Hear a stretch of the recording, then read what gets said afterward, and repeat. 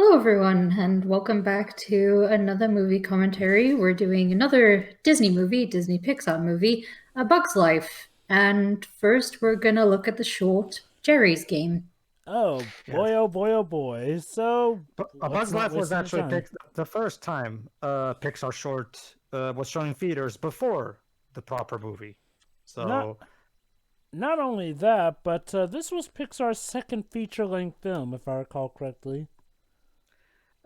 well, technically Toy Story is feature length. I mean, No, no, it's a I Yeah, they're said, their second yeah, feature I length. said their second one. oh, okay, never mind then. I Yeah. misheard. Yeah, Toy Story. Turns out Toy Story is the longest short ever made. No, that was that one Frozen one. No, that would be Tin Toy. Tin Toy technically was the first like Toy Story beta, but Yeah. yeah. All right. What are we gonna start logo wise before the short? The Pixar The- logo. There's only the Pixar logo in the short Yeah. itself. Okay. So All right, basically let's get start in going. the black screen right before the short itself. It should be on your home video. It's apparently been released on every home video release of Bugs Life. So if you have that, use that. If you don't, Yep. just use Disney Plus.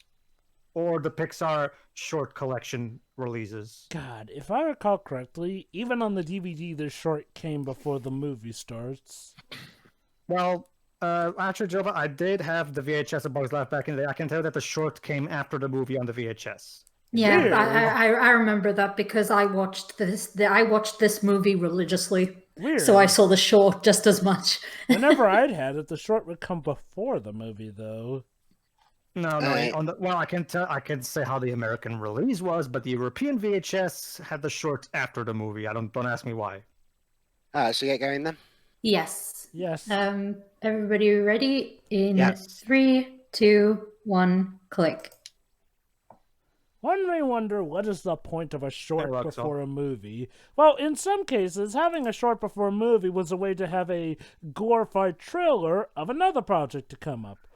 In other cases, it was literally Oh wait, just this is to the Pixar. entertain. Sorry guys, it's the Pixar closing logo, so the short's over.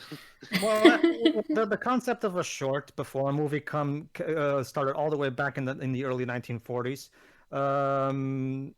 Hell, even before that, in the 30s. Basically, at first it was about like some kind of short that would involve some kind of PSA that would be done before the movie, and then later when animation really got into the mainstream, since people didn't really have faith still in the proper full-length animated feature, animation was relegated to just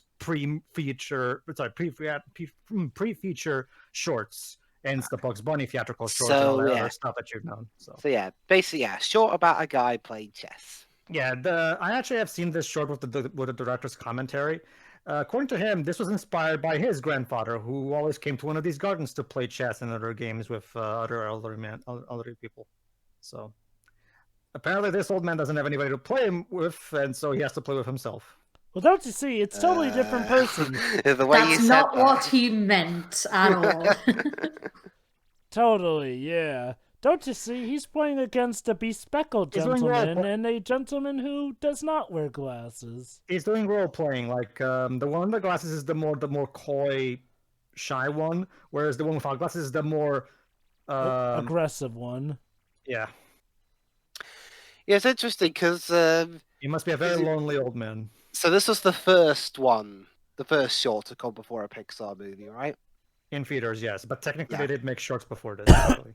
And, suppose- And it's interesting as well because the most recent one of these, the short that came before Onward, was the freaking Simpsons. That's the thing. Pixar has been a bit slow in terms of Busy. shorts lately.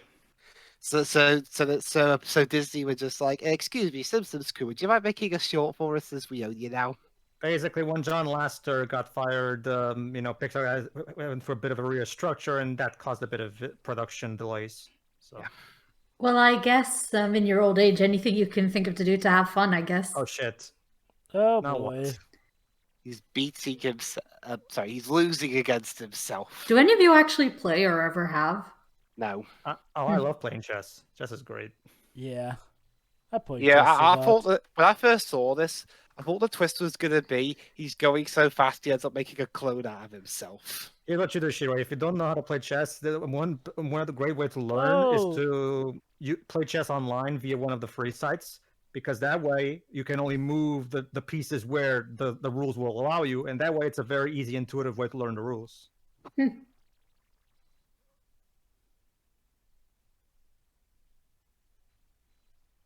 He faked a heart attack against himself. Yes.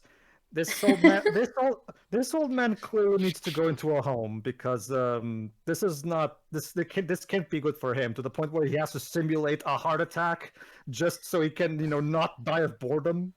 Like, this is one strange man. It's a little depressing, actually, when you put it like that. Well, what other ways can I interpret this, really? I mean, if you saw a man doing this in a park, Shiroi, what would you think? I think he's being creative. Oh snap! I'd think send help. Send help. That face.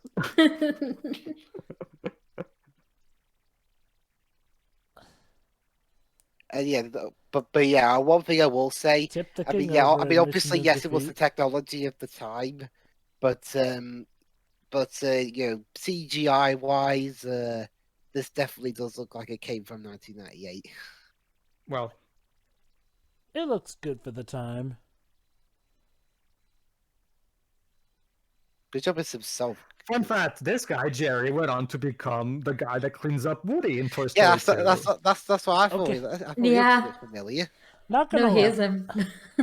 Not gonna lie, as a kid, I used to think that sometimes shorts actually did tie into the movies that they were a part of. Oh, Jumping Cover. Yeah. Oh, okay. No, Jova, you're not the only one, because this one in particular, before the name showed up, because it's like a picnic table in a park, I thought this was related to the movie because it is about bugs. Oh, so, yeah. You know, that's what me and my family thought. A fun fact, actually, this movie that we're about to watch, A Bug's Life, was the first movie that we ever got on DVD. So, when we watched it, for whatever reason, the short came first, so we assumed that was part of the movie, and that's where it would start.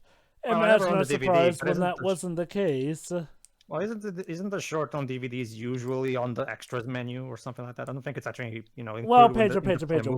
One thing to keep in mind, Pedro, this was back when DVDs were literally starting out here and there. Like I said, this was literally the first ever DVD that we got, and there's a reason for that. This was when DVDs were in the door. Like, believe it or not, Pedro, DVDs of back then are way different from how DVDs are now. For instance, with some DVDs back then, you could either pick to go straight to the menu, or you could choose the quick play option. What's the quick play option? No, that's like if you watched it like it's Disney's in a movie theater.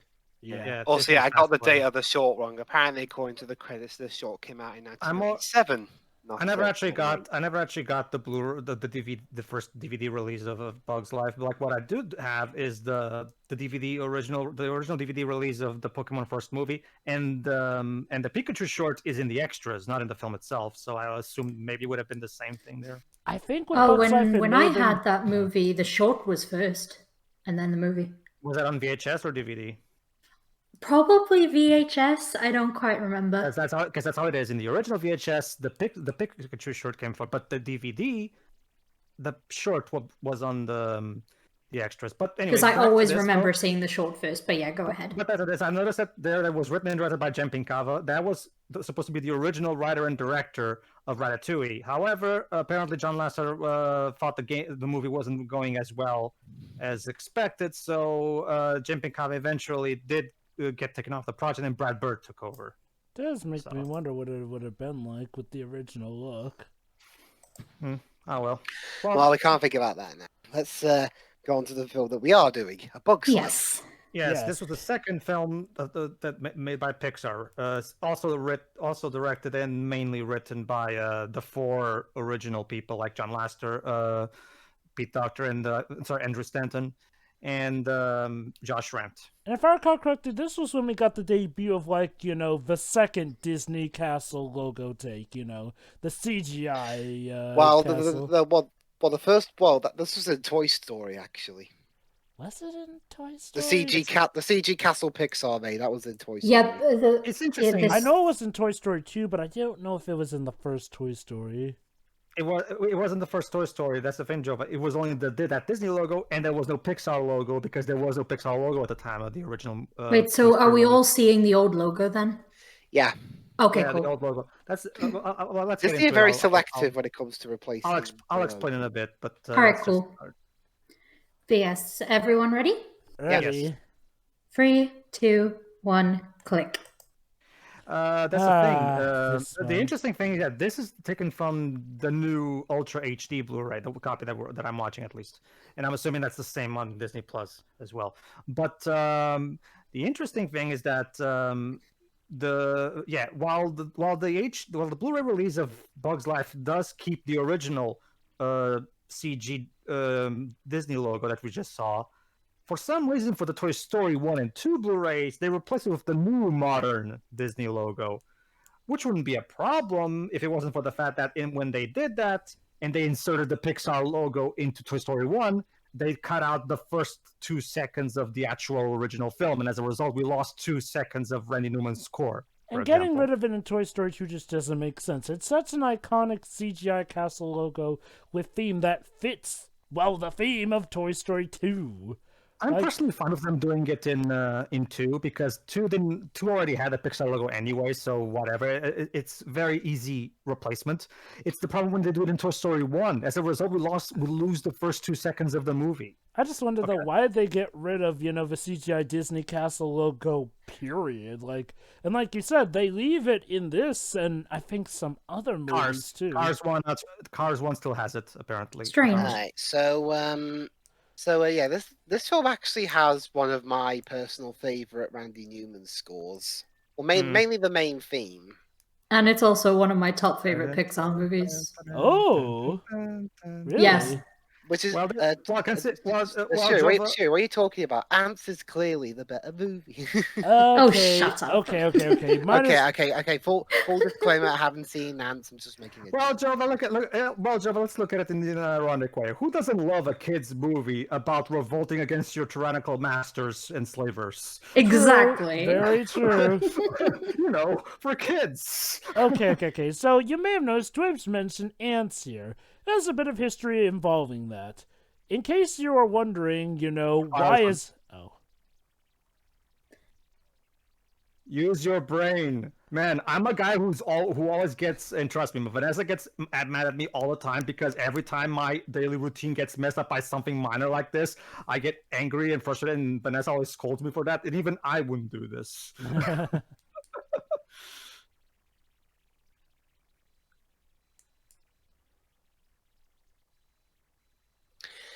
So yeah, okay.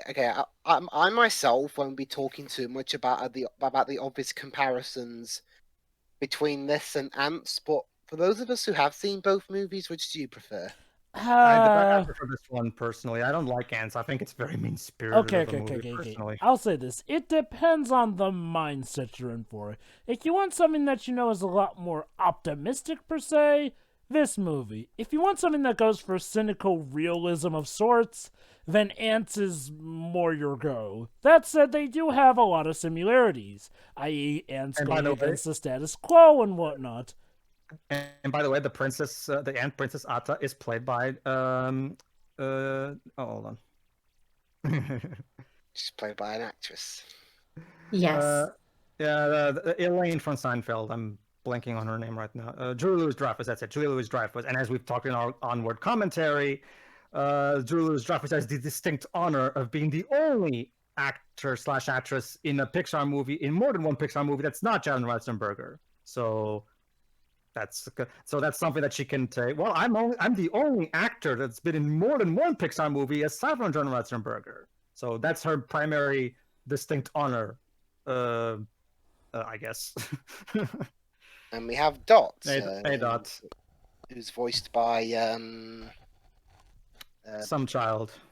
Whose name I can't. I'll get it up. Don't worry. Anyway, regarding Ants, for those of you thinking, hey, wasn't they are Hayden Panettiere. Oh, Kyrie's. Kyrie. Oh. Well, OG Kyrie from what I. Yeah. No, it's Alison Stone. Yeah. Weirdly enough. Anyway, yes, Joe. Yeah, for those of you who always thought, hey, wasn't it weird that 2 Ant films with, similar messages came around the similar time? To the point where it feels Same like year, Ants... even 1998. Yeah, to the point where it feels like Ants was made to undercut Bug's Life. Well, you'd actually be right here. See, you may have heard of the guy who was sort of in charge of Disney around the time of the Renaissance era, John Ratzenberg. He was a great businessman. Kind of a crap person. I mean, not to the level of crap like, say, that John Lasseter was, but John Ratzenberg was not a... Sorry. I think you mean Jeffrey Katzenberg. You're thinking of the actor who's in all Pixar movies, Joe. Well, I've been interesting rebellion. John Ratzenberger got fed up with Pixar, so he made DreamWorks. It does not help that their names are so goddamn similar. Jeffrey Katzenberg, John Ratzenberg. Anyway, but Jeffrey Katzenberg sort of eventually got ousted from Disney, to which Michael Eisner would replace him, and, well, we all know how that turned out. Regarding Jeffrey Katzenberg, though, in a sort of ploy of revenge, he joined on with Steven Spielberg's project at the time, DreamWorks. And let's just say, having the former head of Disney, who knew a lot of their plans in advance, was, well, it was something that was gonna bite Disney in the ass a lot. Particularly with stuff like Bug's Life and a lot of their other projects which DreamWorks took and made their own. Like, I don't no know, joke. Bug's Life made more money than Ants, so I don't think it would be that much of a problem in this particular case. I wonder if mainly it's because A Bug's Life, people went into it thinking, it's made by the people that made Toy Story, whereas Ants is, Ants was made by that guy who's angry at Disney. Well, okay, to be fair, Ants has a reputation outside of that. It's a fine enough movie in and of itself. Like I said, though, it's a lot more cynical than A Bug's Life. That said, it does tackle similar issues to this movie, just in, let's call them more adult ways here and there. Now, honestly, the only things in common between both movies are, like Jova said, there are some common themes and the fact that there's sense in them, but the overall tone, the overall spirit, the overall style is... the tone is very different. Oh god, yeah. Now, why do I mention this? Because, well, while it wouldn't necessarily hurt stuff like A Bug's Life...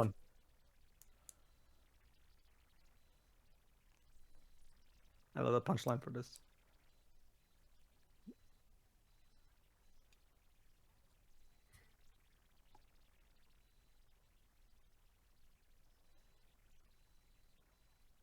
Metaphor. No, kid. Look, it's a metaphor, honey. Like, just go with it.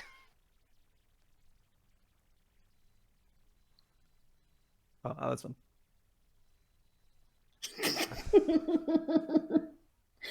She's not old enough to understand metaphors yet.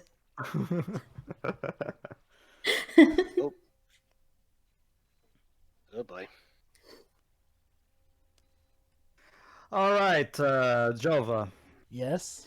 Shall we address the elephant in the room? Might as well. Hold on. Let's do that when we get to his arrival, per se. Well, I mean, they're coming right now. So. Well, technically, he doesn't arrive for like a couple of minutes, so we'll... Yeah. But it's because right now there's a little plot going on. It's mostly just them running, so I figured this That's a good well, point, actually. I should probably because... get to finish what I was trying to say before Dweebs interrupted me. Go ahead. Anyway, like I was saying, though, while it didn't necessarily hurt this film, Jeffrey Katzenberg knew pretty much a lot of Disney's game plan spanning into, like, the mid-early 2000s. I.e., when Madagascar ended up being a much better movie than The Wild. Yeah, believe it or not... I haven't seen The Wild.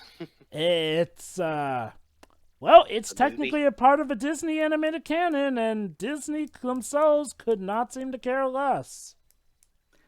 Well, yeah, I think they pay more attention. I think they pay more attention to Meet the Robots. Okay. To be fair, Pedro, Dinosaur actually does get attention. Like, it's a part of one of their Disney World rides. Like, that alone is more attention than The Wild ever got. I guess. All right. So, Anyway. Shall we? No, not yet. Hold on. I still need to finish up. Like we should now because they'll explain some things in his speech. So go ahead. And so this is what it feels like to play The Last of Us Part 2. You build all that up and then it all falls down. He's not wrong. He is not wrong. My key point is like, well, as we mentioned during the experimental era, part of what led to Disney scrambling to try and keep up with DreamWorks was the fact that DreamWorks were kind of 2 steps ahead of the game on them here and there, which unfortunately would lead to some trouble down the road. Oh, quite a lot of trouble down the road.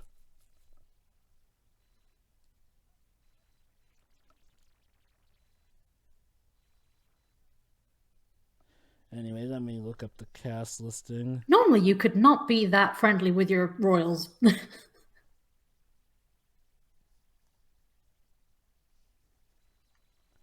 Oh, boy. I'm sorry, Princess. I accidentally turned you into an elf mom. Oh, my God.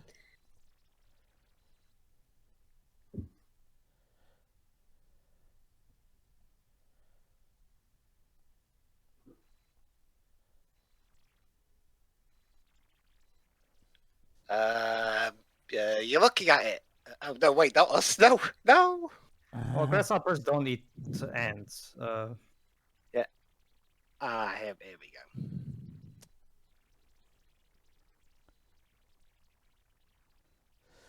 Meet your latest Disney villain, folks, a grasshopper.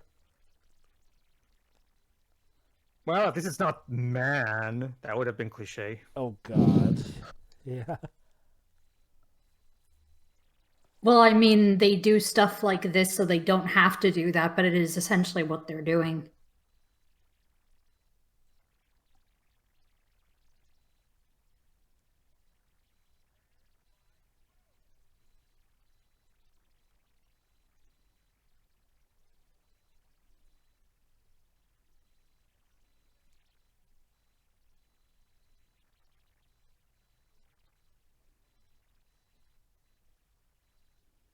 A little bit.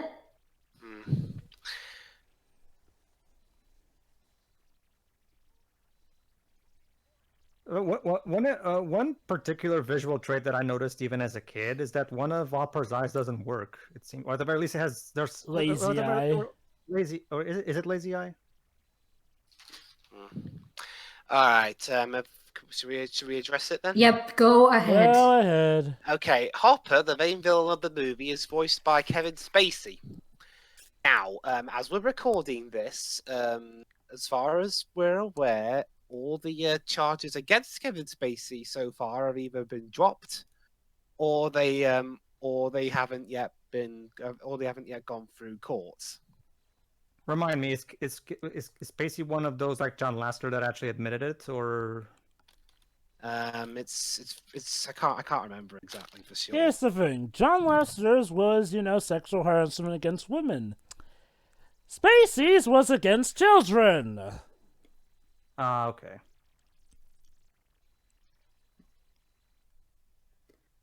Well, if it helps you out, he's the villain. Well, if it helps, I was about to say that. Well, if it helps you, audience, he's the villain, so you're supposed to hate him anyway. So. And also, apparently, he doesn't get any money from this movie anymore. So, well, it's been like over 20 years actually. Well, it's just to let people know, like if you have Disney Plus or like a Blu-ray, you're good. Nah, Disney's the only one that really gets more money from this. At this point. You're not actually supporting him by watching the movie or anything. Again, so far as we know, he's not been convicted of any crime, but... Well, that's the thing. Well, there's a thing, Dwib. So, like, it's the same Imagine thing that insects out there that will take advantage of them. You guys aren't at all like that. Oh, crap. The hell's with that guy?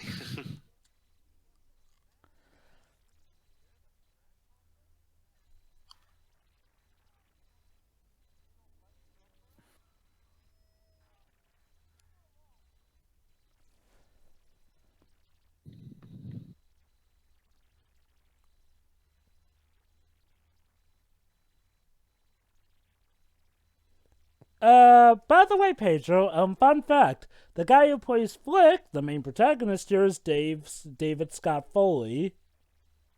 Uh-huh. What else did he do? He was also Terry in Monsters University. Oh, okay. Oh, never mind then. Okay, I wasn't aware of that. Okay, so 2 actors aside from John Ratzenberger who has managed to have that thing. Okay, there you go then. I wasn't aware of that. He was also in South Park, Bigger, Longer, and Uncut as the Baldwin brothers. Ah, okay then. Oh, Well, he was also sort of Flick in Toy Story 2. Oh, well, yeah, right, in the bloopers. Yeah. Oh yeah, fun fact that he was also the Flick car in Cars as well. Well, I'm assuming Disney would get him to be the voice of Flick for whenever they need him. But yeah, okay, so get this actually. Fun fact about this movie. This was the first animated movie to feature its own bloopers, if I recall correctly. Okay, then.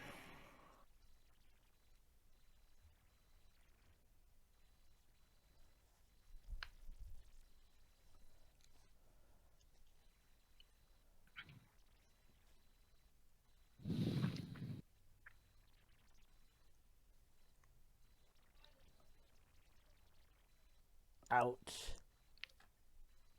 No, that is the opposite of what he said.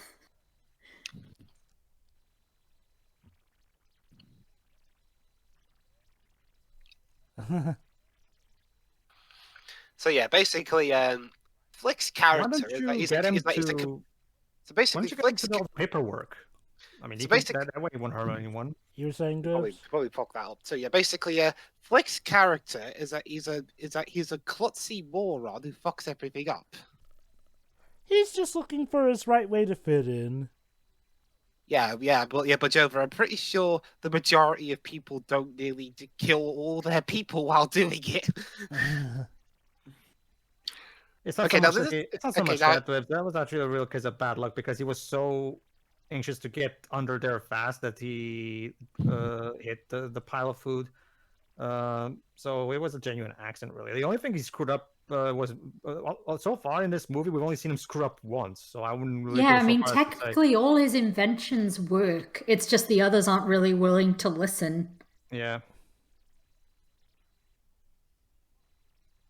Because, yeah, he technically accidentally threw a stalk at the princess, but, like, one, there was an accident, and two, the invention worked. Yeah, true. The only mistake he made was, destroying the food offering.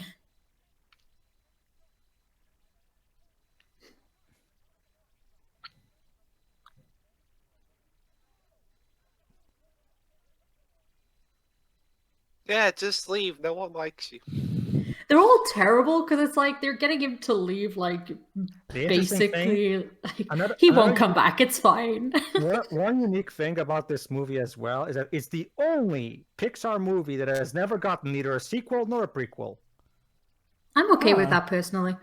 Same. I mean, yeah, I mean, I can't think of how you continue A Bug's Life. Well, Pretty much, Dibs, yeah. Dibs, I couldn't think how you could continue from Toy Story 3, and yet here we are.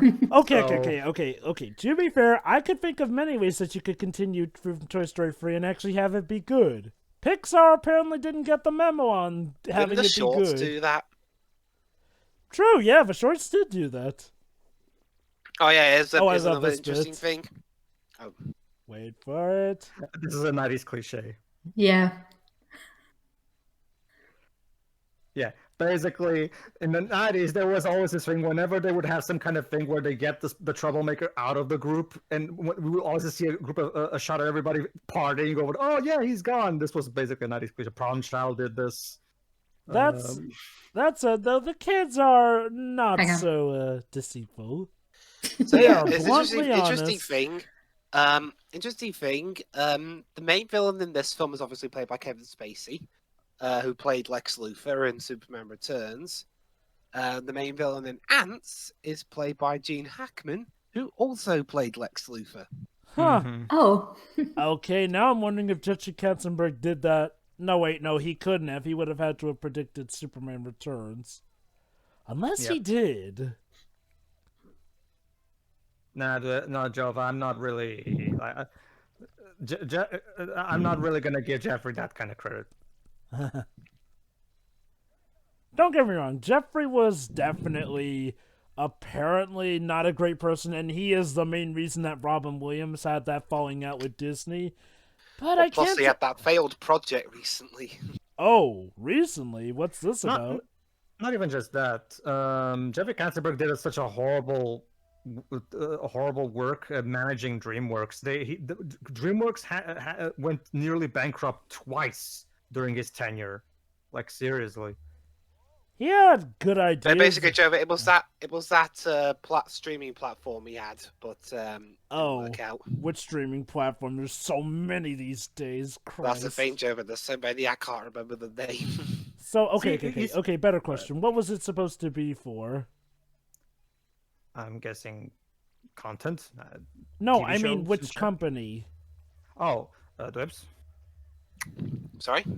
Which company was the streaming platform supposed to be for? Again, I can't remember the name of it. Or whatever. He was supposed to make a streaming platform, but it failed even called, harder than. It was called Queeby. Wait, Okay. Queeby? That Yeah. thing? That's a very weird name. but Yeah. whatever. Yeah, It failed already? He spent over $1 billion setting it up, and it closed after like 6 months. Well, Wow. Well, at least it was up for 6 months. That's more than Butch Hartman can say. Sure. Okay. It was set to be shut after 6 months, but I don't know if it actually has.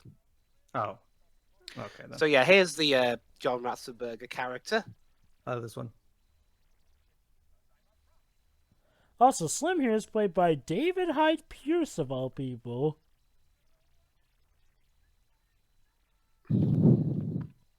Yeah, what kind of insect is him exactly? A stick bug. A stick insect. Oh.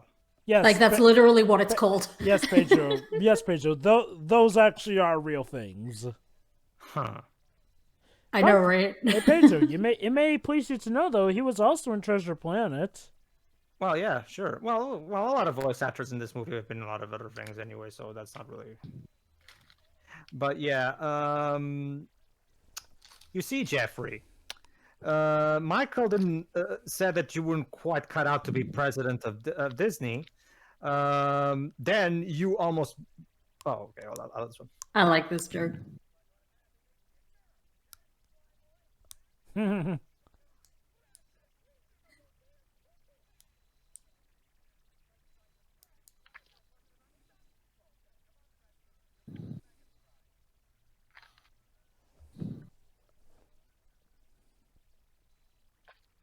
Hashtag male ladybug lives matter. No.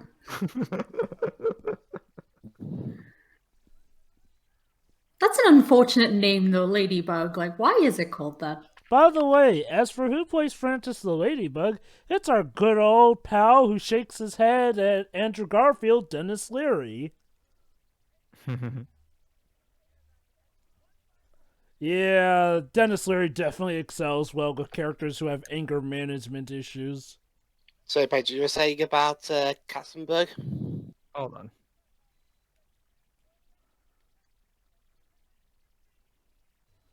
Okay, so these two are played by Jonathan Harris and Madeline Kahn.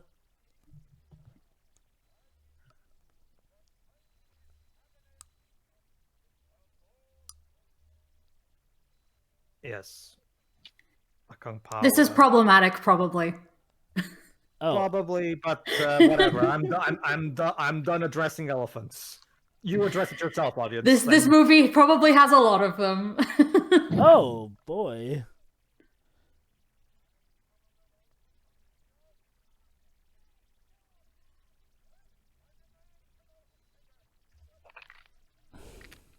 I also like the upcoming line from one of the flies.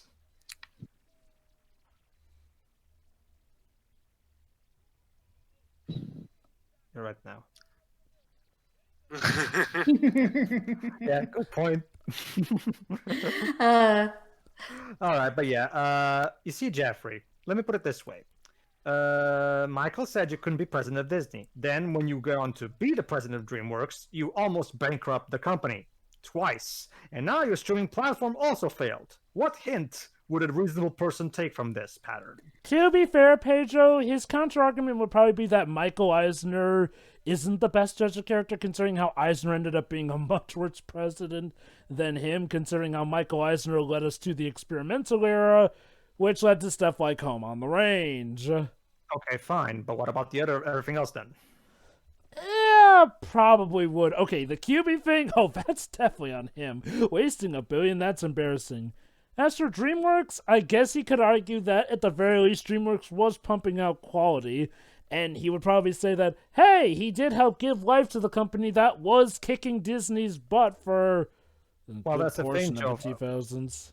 Well, during the first 5 years, I will agree with you, Jova. But then, of course, we stopped having the animated film stopped, and then we started getting stuff like Shark Tale, and the quality of the films dropped considerably, and it only really got back into.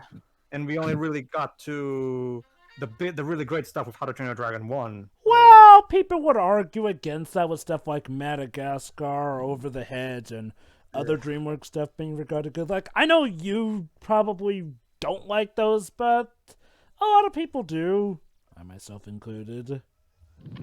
Now, that said, though, if you want to talk DreamWorks being crap, definitely. Well, let me put it this way. Let me compromise. Like inconsistent quality, because that's always been DreamWorks' problem in post the first 5 years. Because I will agree that. Yeah, exactly. Oh, God. I will agree. Well, that went terribly wrong. I will agree that their output in the first 5 years was fairly consistent, but after the hand-drawn animated stuff stopped, the quality got wildly inconsistent. Sorry, could you repeat that again? Wow, you're terrible. I said that after the hand-drawn animated films stopped being made, and they started doing only CG films, that's when the quality started getting wildly inconsistent. Like, there was some good stuff, there was some bad stuff, like Shark Tale as well. Oh, how was this joke here? Mm-hmm. He was in trailers, I think.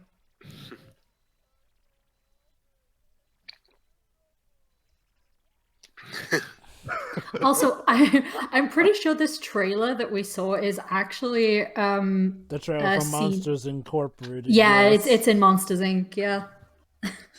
Yeah. As for my 2 cents on the whole DreamWorks thing, yeah, I will agree that they're really inconsistent because I mean, literally the same year they had Shrek 2 and then Shark Tale, and then even that, then Madagascar, which I don't think it's a great movie. I think it's just fine. And I can't remember what was the DreamWorks movie that came out in 2006 because I didn't see that one. I don't even remember if there was one in 2006. But then 2 years later they released Shrek the Third. Oh God, okay. When it comes to Madagascar, more people like that than dislike it, and I'm one of the people who does think that the Madagascar films get better with each one. Oh, that's disturbing. Yeah, just a bit. Much like Toy Story will make you feel bad forever throwing your toys away, this is also the kind of movie that makes you feel bad if you ever step on a bug. Well, in this case, it seems like they deliberately pulled the wings off, which is some very disturbing implications about the child that did it. That's because I saw that. Well, we don't see any humans in this movie. I'm guessing because Pixar still hadn't quite figured out how to make humans look not vaguely disturbing. Yeah, that was the primary reason why their early films were more focused on monsters, bugs, all that kind of stuff. It was only with Incredibles that they started actually having humans. And even then, the humans in Incredibles are more cartoony in design. Oh, holy cow. Ants was literally DreamWorks' first film. Mm. I don't remember what I thought of it.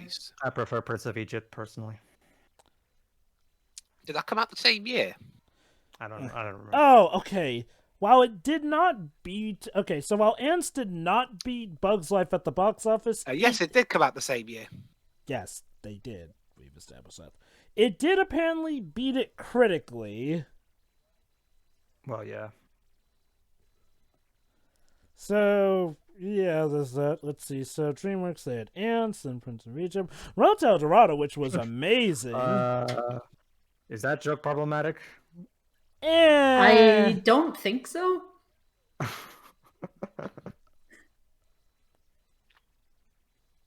These guys are assholes anyway.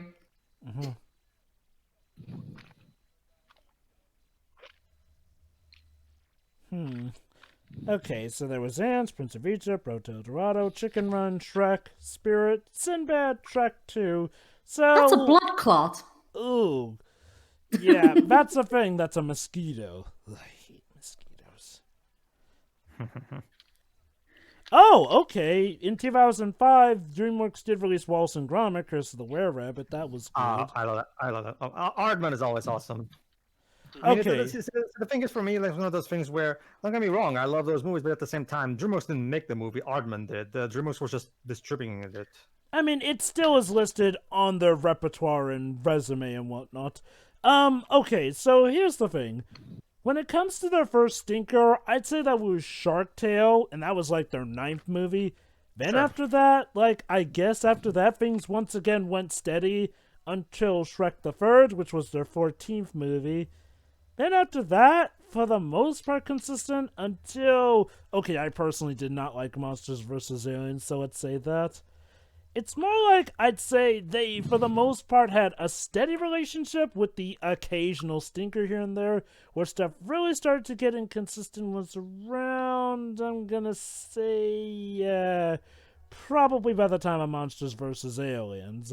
Like, you had How to Train Your Dragon 1 year. Not for nothing, Flick, but I failed to realize how lifting a stick bug is that impressive. Well, I guess to their perspective, you know, a bug who can lift another bug is considered strong.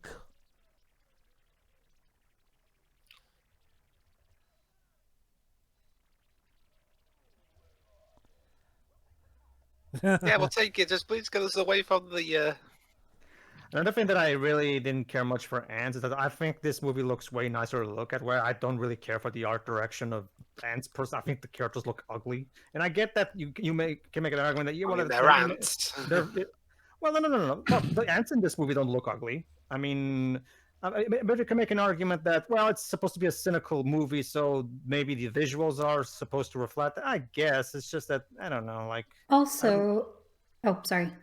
I don't know.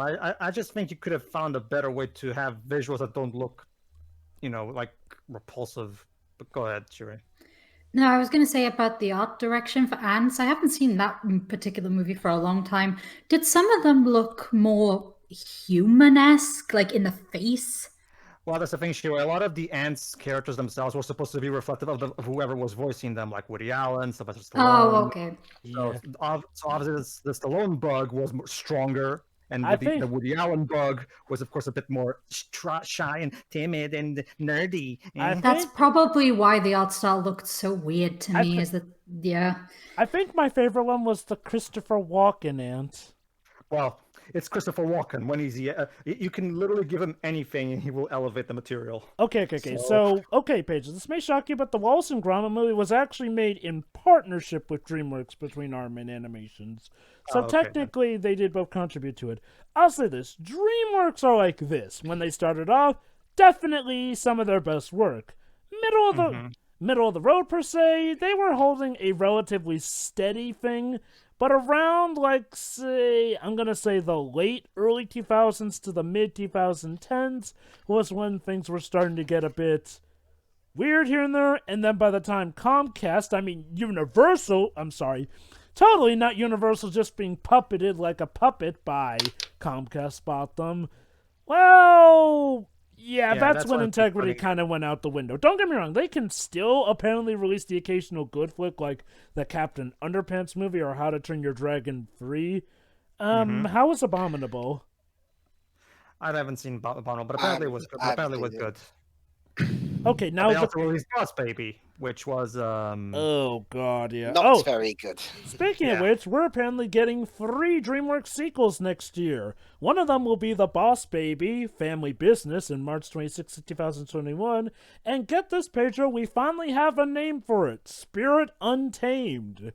Coming June 4th, 2021. The Spirit Riding Free movie. Great. Yay! And what's the third one?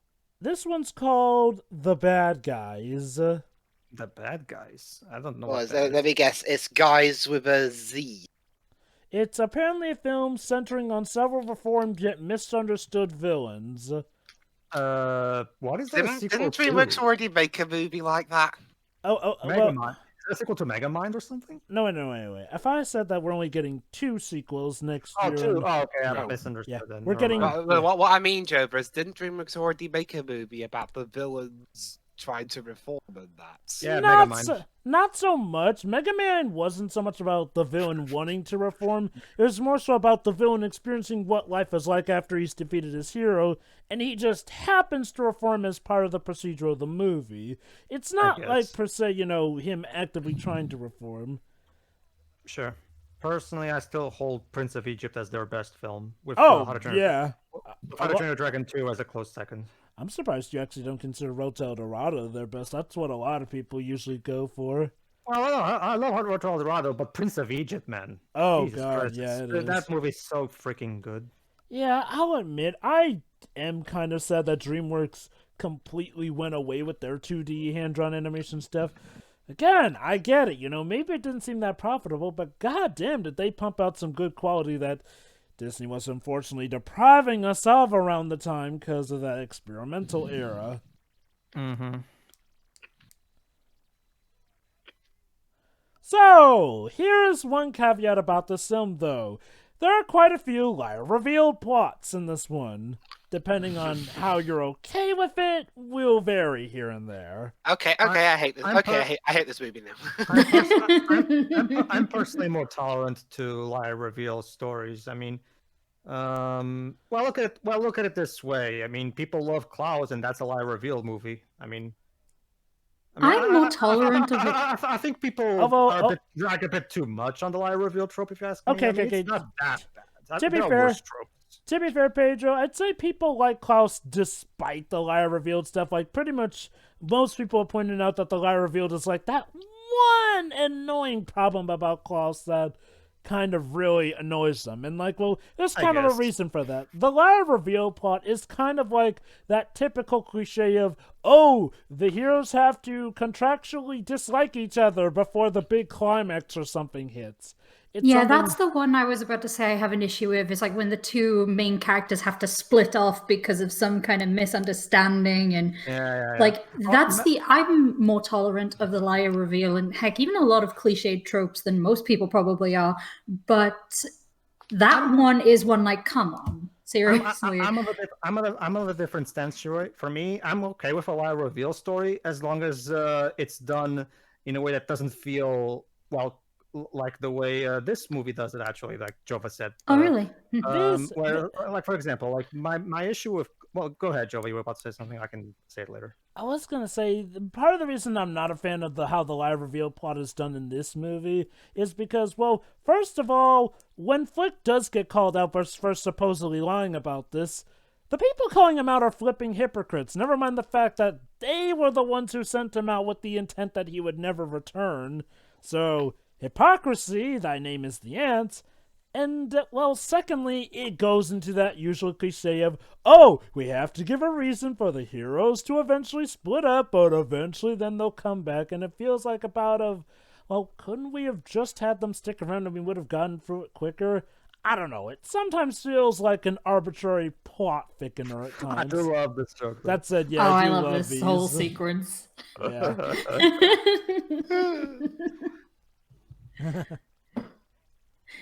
Is your reason for not liking the liar reveal in this one because of how long it lasts? That too. It's so uncomfortable in this movie specifically. I just can't stand that trope. Full stop. Sure. Well, I was more asking Pedro because he said it was the one in this movie. In this, I don't really mind the lie reveal in this movie at all, personally. Again, like I said, I'm actually pretty tolerant toward that trope personally. There are other tropes that I far detest a lot more. Mm-hmm. My only thing with Klaus, like for example, I didn't mind the lie reveal in Klaus. My only real beef with Klaus was that by the 30-minute mark, I already knew everything that was going to happen, and I was right. My only issue with Klaus is that I've seen this story told a million times before, and don't get me wrong, Klaus tells it fine. I just don't see the brilliant masterpiece that everybody else sees because it's a very predictable story in general, really. It's still fine. Don't get me wrong. I just don't think it's like the second coming of Jesus, like everybody else says. I wouldn't say everyone's considering it so much the second coming of Jesus. It's just a legit, really good film, and one that shows that, hey, 2D animation doesn't need to be treated for dead. Like, I think, okay, here's the problem. Okay, you can finish your point and I'll reply. Go ahead. I will say this. I think part of the reason it's getting a lot of praise is because, well, unfortunately, big studios will only really think to follow the leader when something gets a lot of praise. Now, okay, that's not to take away from Klaus as a good film in and of itself. I still do hold that it's a great film, but I do think like part of the reason it's getting a lot of praise is to also get other bigger studios to realize, hey, maybe 2D animation isn't as dead as we made it out to be. That's the thing, Jova. Personally, that was also kind of a disappointing thing for me with Klaus when it comes to the animation itself, because it was marketed, a return to hand-drawn animation. It's even being directed by a former Disney hand-drawn animator and everything. But then when you look at the animation itself, it doesn't look like a 90s Disney movie. It looks like, for example, if you compare the look of it doesn't, like, if you compare the look of Beauty and the Beast and the look of Klaus, it doesn't really look like it's digital animation emulating hand-drawn animation. At least it looks like it. Actually, no. That's the trick of it playing on your eyes here. It's 2D animation that looks a bit like 3D animation, but when you study it closer, you realize that it's a new form of 2D animation done digitally here and there. I guess. I just don't think it replicates the look of 90s Disney movies all that well, personally. I was expecting something that looked exactly like Princess and the Frog, for example. I expected something that looked like that. And also, I was kind of disappointed when it didn't look like that. To be fair, they didn't particularly promise what kind of 2D animation they were going for. I mean... Okay, let me ask you then. Was it done, like, literally with paper, pencils? Like, was that how they did it? Or was it done mostly on computers? Let me put it like this. It was hand-drawn, but on computers. I prefer I would prefer if it was on paper, personally. Well, that's the thing. It replicates the feeling of it being done with paper. It just cuts out the middleman of paper. I guess it's just because, like, it doesn't quite have that same look and feel that the early Disney films did. But whatever. I guess we'll have to agree to disagree on that. All right. So Flick's basically everyone in this movie is a liar and they all deserve to die. But anyway,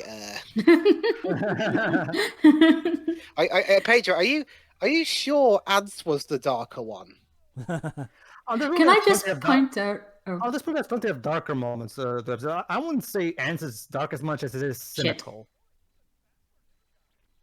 I wouldn't say it's shit, but like... No. More like, this is why I said it. Hey, Bird. That's why I said shit. Right, if this movie was made today, that bird would look photorealistic like the cat in Toy Story 4. Oh, God. Yeah, like I was saying, Ants is more cynical than dark, per se. Yeah. I mean... The scene I remember the most is the scene where they're all split into pieces and he's holding the head talking to it. Because that happened. Mm-hmm. Yes, it did. And he died. No, it's okay. He's a very resilient ladybug who didn't get squashed by a rock. Also, can I just point out that earlier Flick asked somebody to kill him? Yes. Even tried to initiate it as well. Yeah.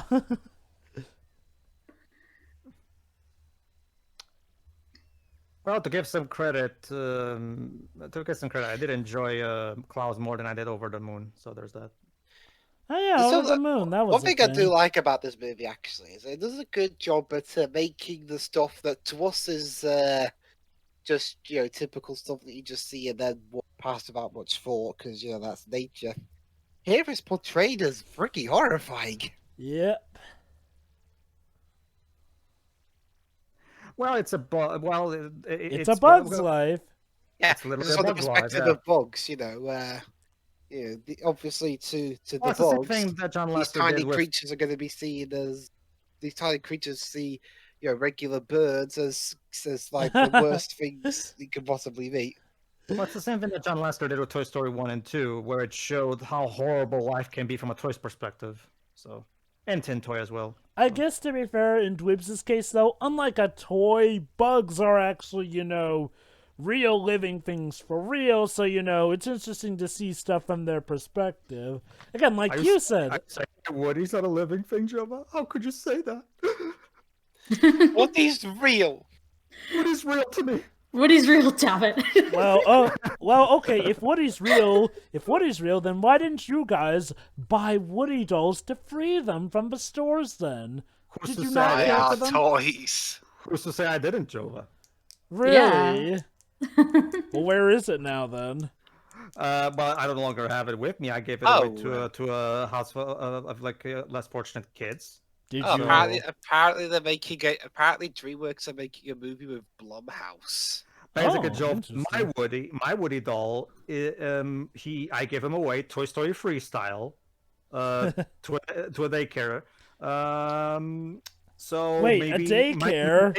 Maybe by this point he's having his own Toy Story 4 style adventure. Wait a minute, Who a knows? daycare? Pedro, didn't you see Toy Story 3? Daycares are apparently torturous for toys. Well, I didn't. You're terrible. But I did that before Toy Story 3, though. I couldn't have possibly foretell that daycares are horrible. You summoned this. So curious. Did you have like the full set? A Woody, a Buzz, a Bullseye, a Jesse. I had a Woody doll. I never got a Buzz action figure. No, I prefer Woody. I'm pretty sure I had a Woody doll and a Jessie doll. I'm not sure what else. So was yours dubbed in Portuguese? No, English. There was no Portuguese version of the dolls. Reach for the sky, but that's basically how I got all the catchphrases in English thanks to that doll. Nice. Well, he did. It's just Flick thought they were warriors. Yeah. What a tangled web of lies we weave. Here you go. Here's the liar part of the trope. What, the princess? You're wrong, Aww. sweet. Yeah, but Pedro, the princess already started the whole liar thing. And that is They're all liars. That is They're all one liars in this movie. Yeah, so basically, they could end up potentially screwing themselves over because they lie just to get Flick away. I will say the one And if that ended up killing them all, then that would be their own fault. I'd say ironically, aside from Dot, the one other genuine person in this movie is the Queen herself, because she genuinely thinks Flick is a sweetie, and it's like, what went wrong with her subjects? Because she's just the sweetest one of the bunch. Yeah. Okay. This is a bit of an issue I have though. It never gets addressed that they pretty much sent Flick out to die in the first place. It's like, I said that earlier. It's like, oh boy. you don't just kiss your royals. Oh, are we setting up a bit of a romance? Yeah, okay, now this is actually, unlike the liar reveal, this is actually one particular trope that I actually dislike more than the liar reveal. This thing in kids' movies, especially animated films, where... Oh, you mean the usual rule where the Hang on, let him explain it. It's the same problem. I even had this problem in How to Train Your Dragon 1 for as much as I love that movie. Like, I don't particularly care for when animated films stuff in an unnecessary romance that doesn't really need to be there. And it's just because just for the hell of it, not really because it's a genuine part of the story. Oh yeah, the usual rule of male protagonist must hook up with the main female protagonist. Exactly. Yeah, same thing in How to Train Your Dragon 1, where God, what's her name? Astrid hates Hiccup, but one flight on a dragon later, suddenly she's in love with him. That was weird. Okay, I will give that movie credit though. At the very least, they did build off of their relationship and flesh it out. The main issue was that it did have a bit of a weird start though. This movie though, yeah, I get Flick forming a better relationship with the princess, but love interests? And it's like immediate, like seriously, like they don't even go through a friend phase at all. Like they just go immediately to the romance bit because it's just like you said, it's a common thing that people do like in these movies for some reason. I don't understand why. So basically, this actually takes more than the liar reveal trope personally. Go ahead. So basically, Flick has convinced the warriors to convince the ants to essentially build a bird to scare out the grasshoppers. Let me put it this way: the liar reveal trope, for as annoying as some people might think it is, it does actually reflect how a lot of misunderstandings happen in real life. No matter how annoying it comes across in a movie itself, depending on who you are. Oh yes. The whole romance thing, that the way a movie like this handles it is so completely unreal and not representative of what love is actually like. So it ticks me off more personally. Well, honestly, the way you've explained that actually is probably the best way I feel towards quite a few other common tropes as well. Ones that a lot of people hate. Honestly, in regards to realism, though, even the liar revealed stuff has its strengths here. Like, again, the problem with the liar revealed stuff supposedly being realistic is that, let's think about this. Let's say somebody was lying, but for a good reason. Would you never give them a chance to at least try to explain themselves? Because yeah. That's kind of the problem with liar reveal plots. Normally, the protagonist never gets a proper chance to explain themselves and just gets foisted off for whatever reason here and there. Like, that's arguably, I'd say, almost as unrealistic and kind of not a good sign. Again, not saying that lying is ever really the best thing to do, but sometimes there are incredibly complex situations which call for it here and there. Hell, sometimes literally lying is the only way that the plot does get into motion because the people might be a bit too stubborn here and there. And again, it doesn't help when the people calling out the supposed liars are hypocrites because, hey, they themselves act like that, but hey, because they're not the protagonist, they're the ones in the right who get to call on the protagonist, so the protagonist grows as a person here and there. Yeah, sure. Okay, these scenes are cute still. I understand. I guess it really depends on the person. Like for me personally, I just don't like the rushed romance trope more. I'm not really a fan of the rushed romance stuff either. Sure, go ahead, Gerri.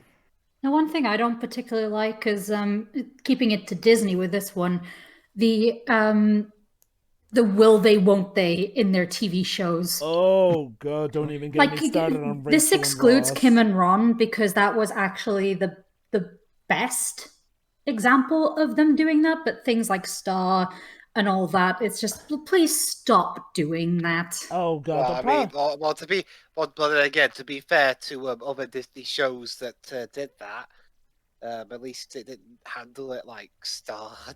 Oh god, Star versus it's just the Kim and Ron stuff was much better developed. Oh yeah, okay. Stuff like the Kim and Ron stuff or the Robin and Starfire ones, those work better because they actually feel more realistic, and the settings that they're in help with that sort of. The Royals are helping push the bird. Yes, it shows that they are now willing to help out too. But yeah, sure, just bring up a point though. You can do the will they or won't they stuff, but you need to have a story that allows for it well. And for God's sakes, don't do what Star versus the Forces of Evil did. No, that one genuinely frustrated viewers. Yes. I heard some. It's just a thing. Okay, I haven't finished She-Ra yet. The subject of DreamWorks stuff. I heard that handled it okay. Well, that's the thing. The new She-Ra show is basically, that's a big focus of the show itself. So it's kind of supposed to, unlike with this movie where the romance is just thrown in there for the hell of it. Okay, another thing I will give this movie, I do like the different settings and, how insects work with, obviously the environments given to them and whatnot. Yeah.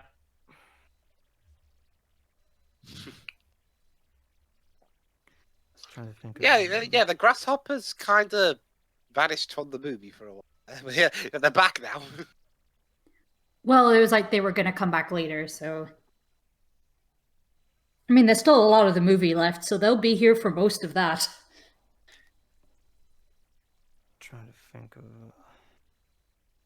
an example. I can't use up. Have you guys played the? So I can't use that. Have you guys played the Bugs Life video game? Oh, yes. I recall doing so, yes. I have put it on my list as a request of Shiro's. It is a collectathon platformer, to put it simply. From Traveler's Tales. And it actually follows the movie very well. From what little I've looked into, it seems like it, yeah. I don't remember, like, I won't be able to tell you how well it controls now. It's probably a bit stiff. But it's a bit stiff, I can tell you. It is a bit stiff, okay, because like looking at footage of it, it seems a bit stiff. But I enjoyed playing it a lot as a child, and I probably still enjoy it now, despite some of the controls. Sure. I'll see. I might do that right after Simba's Money Adventure. Why not? Oh, by the way, Hopper's brother Molt is played by Richard Kind. Kind or Kind? It doesn't say how it's pronounced, whatever. What else did he do? Let's see, he was in Bug's Life, Cars, Toy Story 3, Cars 2, and Inside Out.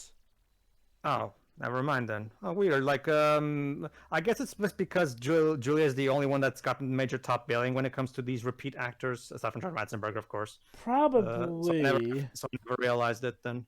Because so from what you've just told me, he usually just plays side characters. So it doesn't usually get top billing. Okay, then.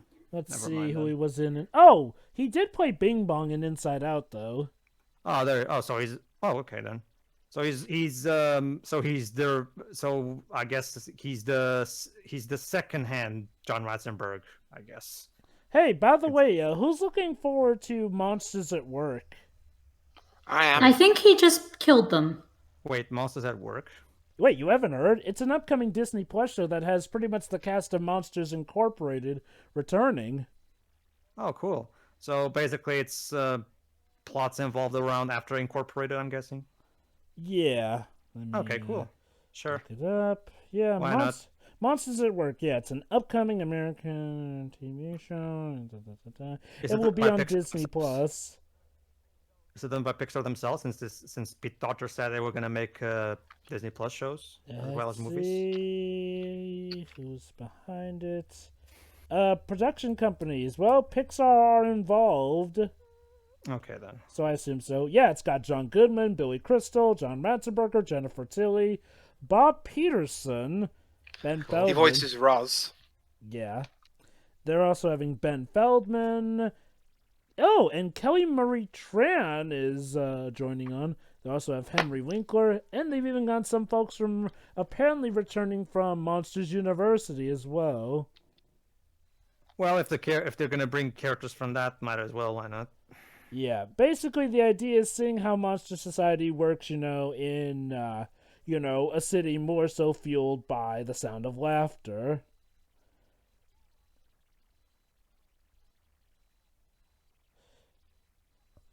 Huh. It's funny. I keep murdering my husbands. Yeah, it's kind of awkward, isn't it? See, this is such a better way to address the kind of meta aspect of this compared to what we got in Toy Story 4. Oh, yeah, absolutely. Oh, by the way, Pedro. Like, this stuff's actually funny. Yeah. This is gonna be the running gag every time Pixar is involved, isn't it?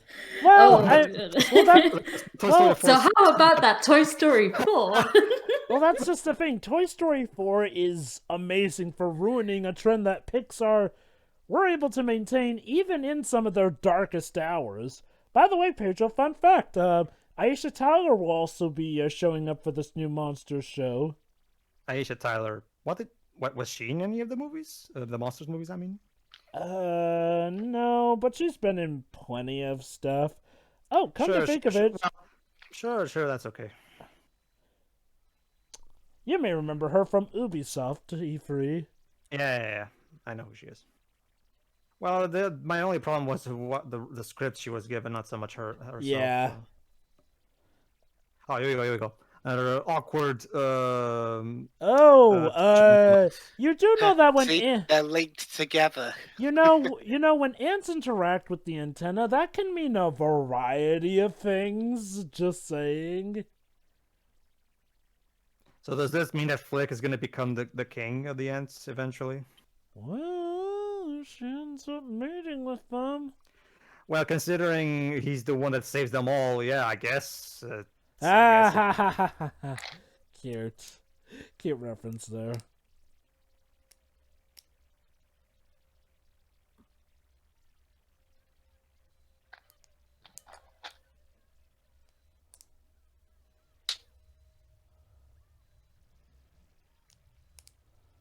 And here we go.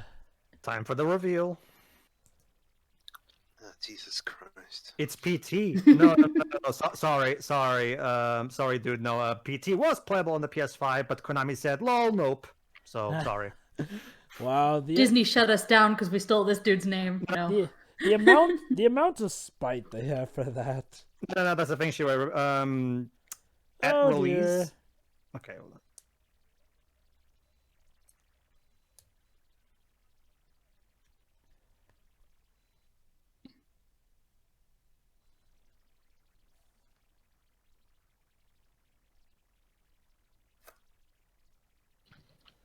I will admit, it's not the worst reveal, but it does feel a bit contrived considering as how this guy literally fired them, but now wants them back. Plus, how the hell did he find them? Yeah, he's been searching for ages. By what I get from this. Again, look. I will admit, you can do a liar reveal plot done well. Hell, a Goofy movie did it well twice in a row.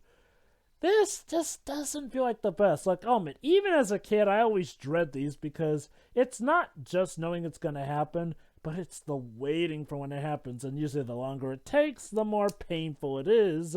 When again, this could maybe just be solved if we discuss things.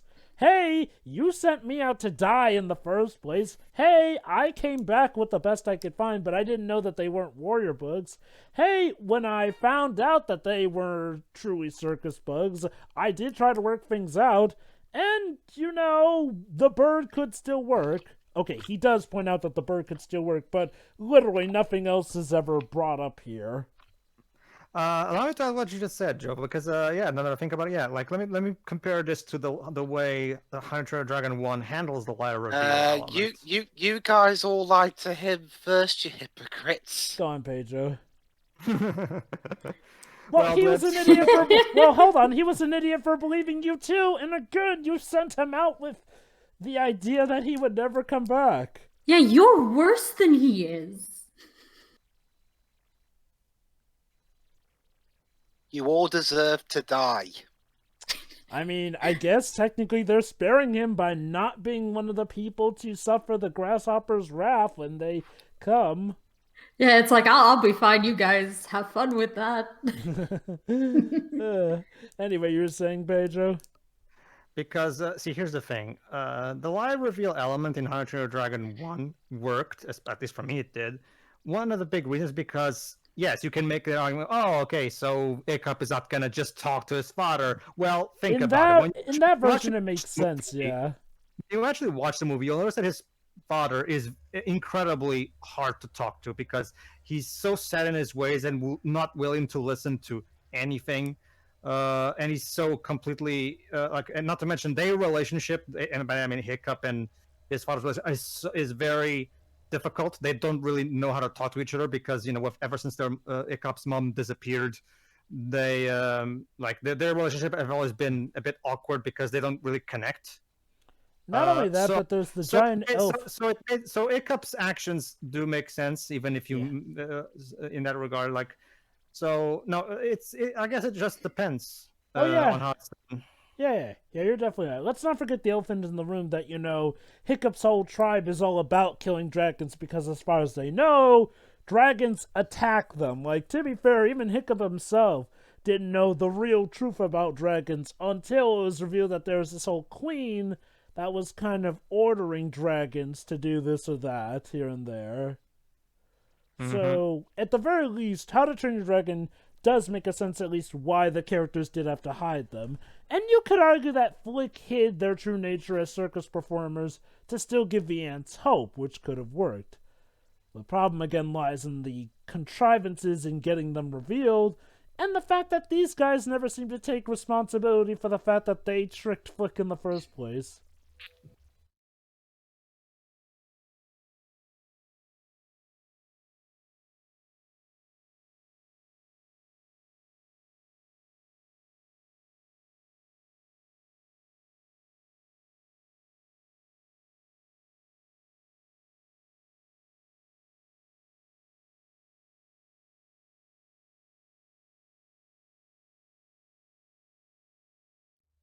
I think he's already mad, dude. Yeah. Madder than could he get even more is. angry?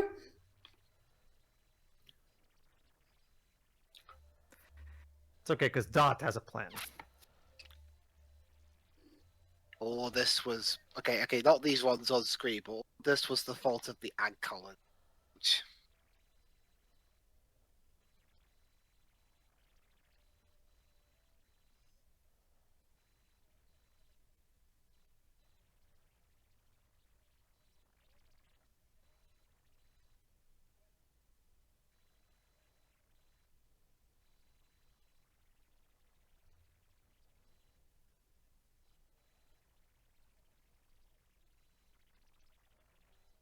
What, that little thing?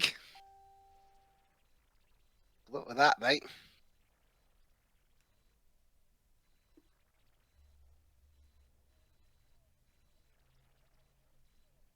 Come on, here. Now that I'm done expositing to something that you already know, so that that ant can hear. Now let's just go. Come on. Well, we, the audience, needed to hear that too, I guess. Oh, crop thumper.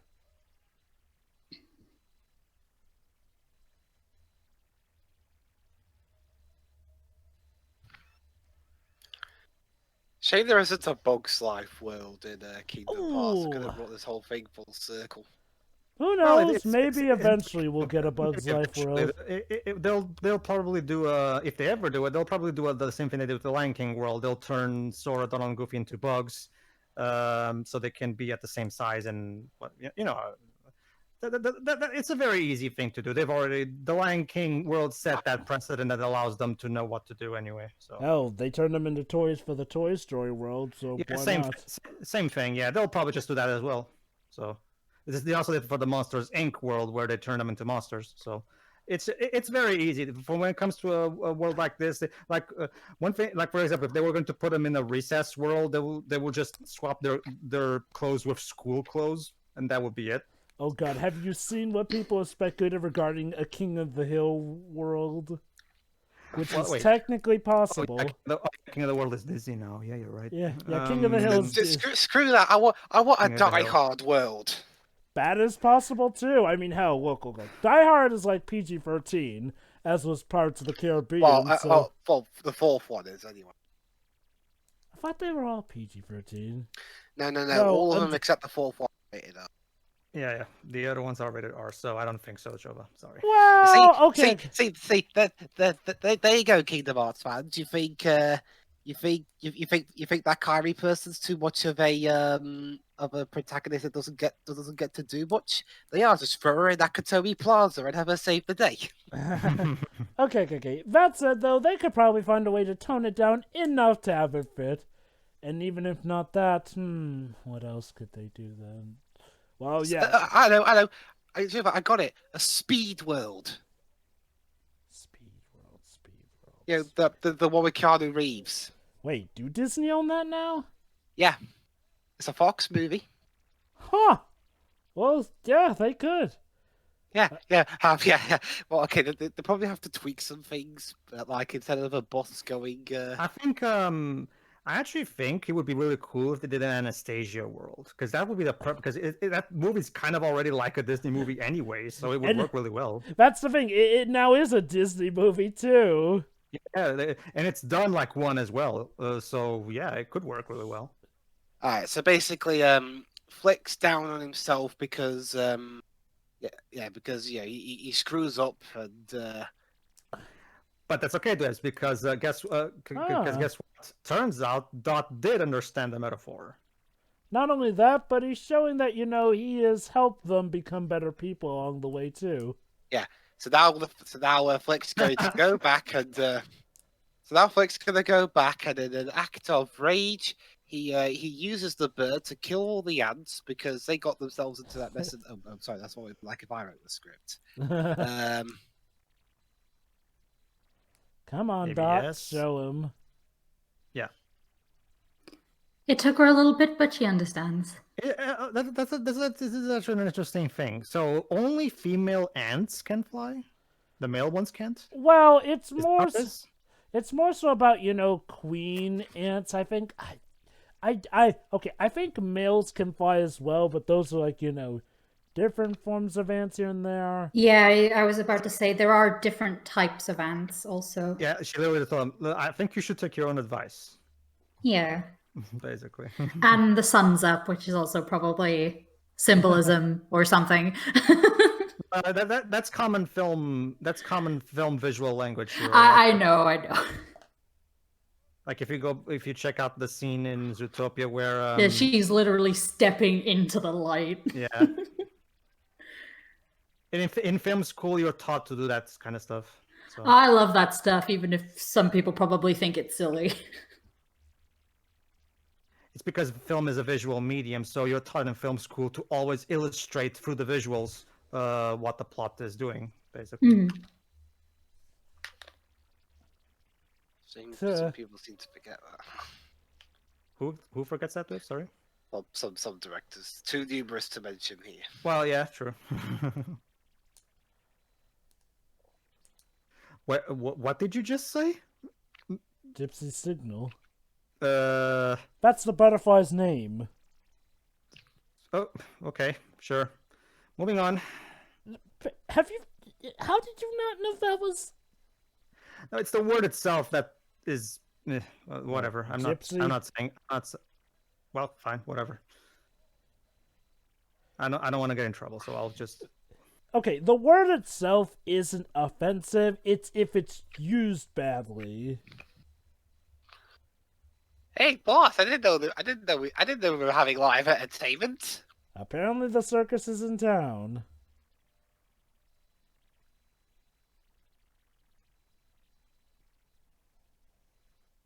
Well, that's at the very least a better wet myself joke than the one in Space Jam. So. Oh come on, Prince! Oh come on, Princess! You were so good at lying with Nick. How come you not with this guy?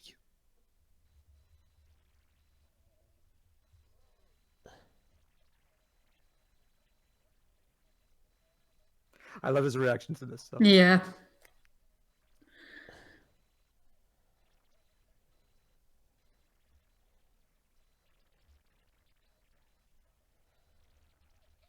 Distraction through laughter. Is it? Yeah, that's the thing, Shiroi. I like that when Hopper finds something funny, that's the most you'll get out of him. No, that's funny. By the way, he doesn't actually laugh. He just says it's funny. That's funny. By the way, fun fact. There's a certain cast member who may surprise you guys. You know the leader of the Blueberry Scouts, the troop of ant children?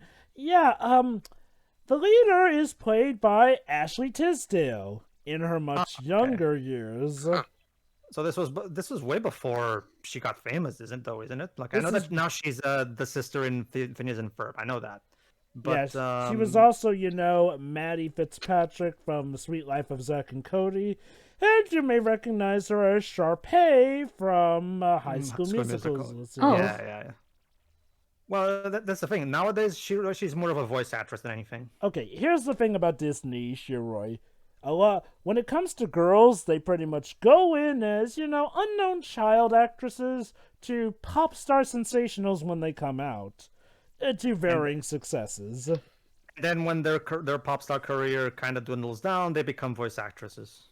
Or do whatever the hell Miley Cyrus was doing, because... Well, Miley Cyrus is a whole bucket of Hey, worms. Remember when she wanted to marry Forrest's brother? Isn't she doing a lot better now, though? And I don't mean in terms of her career, I mean personally. Oh, yeah. She's thankfully doing a lot better now. She can act good here and there, but yeah, she's doing a lot better. It's just, man, those years got crazy, especially with the Wrecking Bell.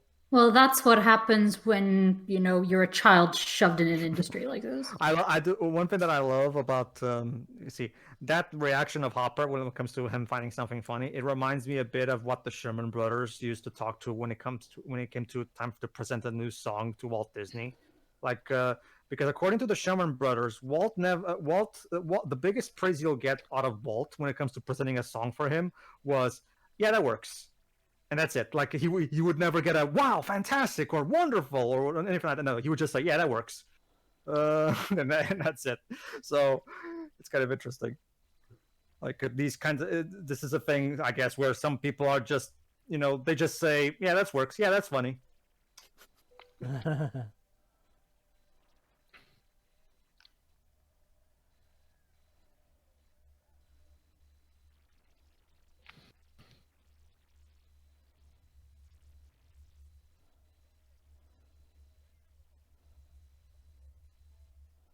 Oh.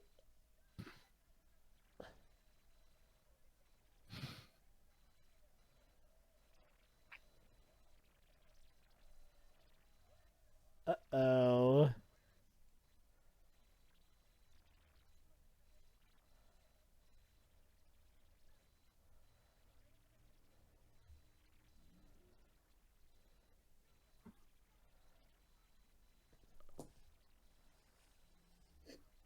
Hmm.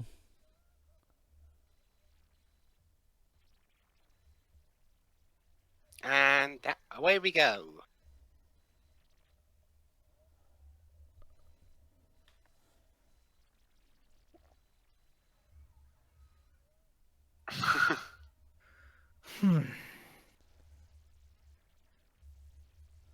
The one. Wait. How do we not notice the giant string on it on the top of it? Because you're bugs. You don't have the brain capacity that humans do. And Oh, come on, Sarah. And it's not even that dark anyway. Look, they got flashlights. So wait a minute, Joe. You're telling me that Hopper has the mentality to understand how oppression works and how you can best oppress your victims, but not the capacity to notice a string? Well, oppression is something that's not exactly, foreign to the food chain, all in regards here and there. So him getting, hey, we be bigger so that younger people don't, we bigger but fewer insects, don't get overrun by the smaller insects who outnumber us, outdo us. That's like simple instincts or whatnot here and there at work, as opposed to bigger line of thought.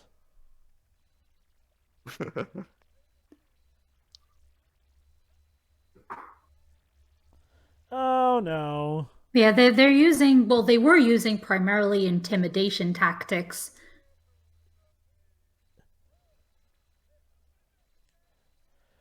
Another thing to also consider is that it's dark, so they may not be able to see the puppetry. And yeah, PT decides to fuck everything up because he actually well, he didn't about actually know, so it's kind of an unfortunate happenstance. Well, crap. My God, that bird's on fire! Wait a minute.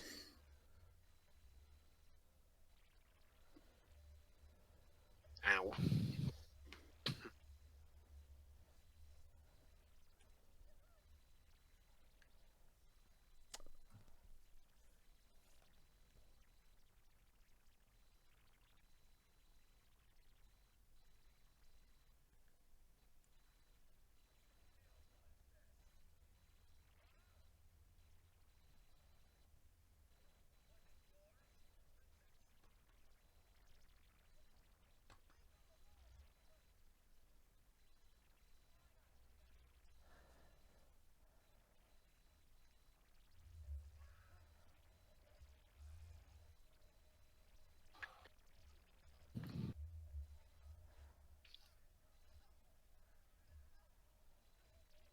Ow.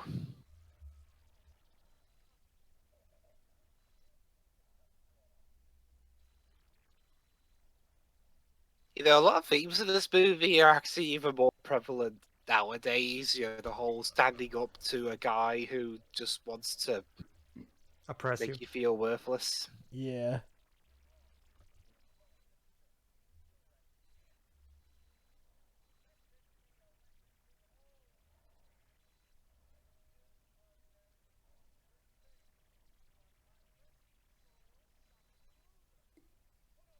It really is that, because the moment people realize that the system was created not to help but to hurt them, that's when things start to kick off. Mm-hmm.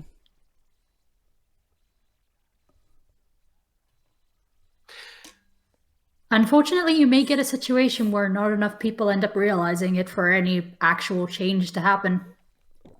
Mm-hmm.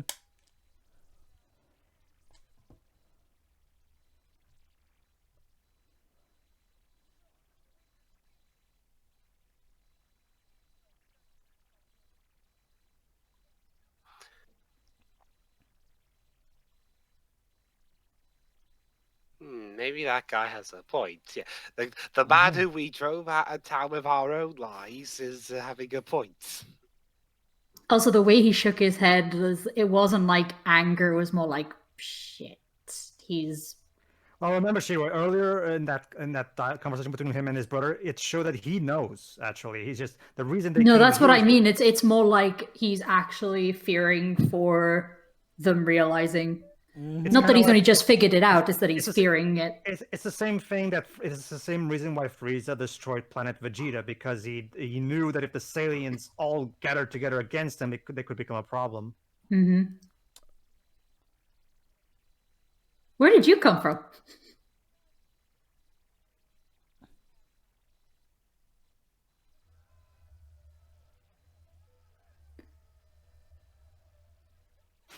He molted out of his skin.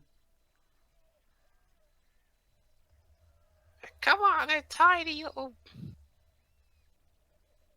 Oh, this one. Go home, you junk.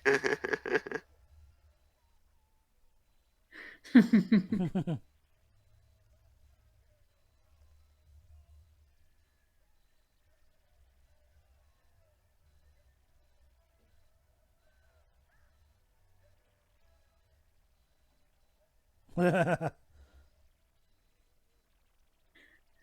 like how they're not going to kill him, at least here. They're just going to fire him out of a cannon away. But, oh dear. But now they face their even biggest enemy, Mother Nature. Yep. See, rain to us, it's often at worst a nuisance. Has to get real bad to be bad for us. But for an ant, yeah. Yeah, this is a major flood. It's like Save It Private Ryan out here.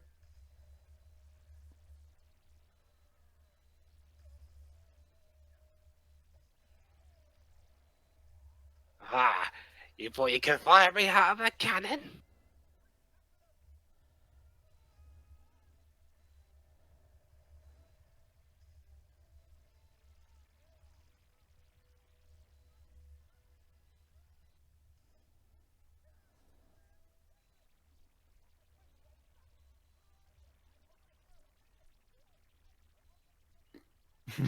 Well, that's true.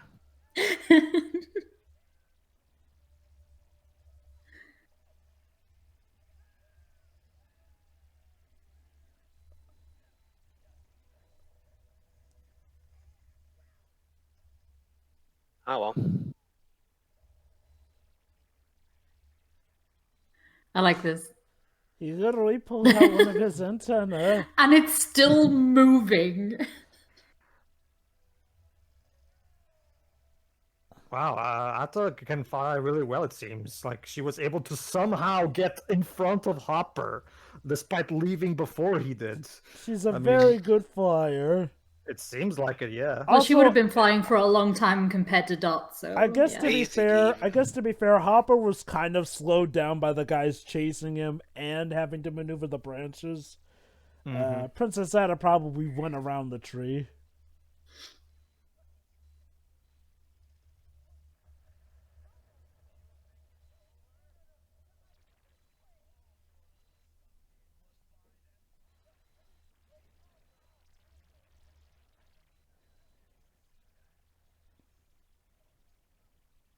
Oh.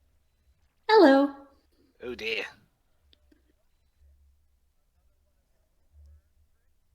Yep. Oh. Nope, not quite.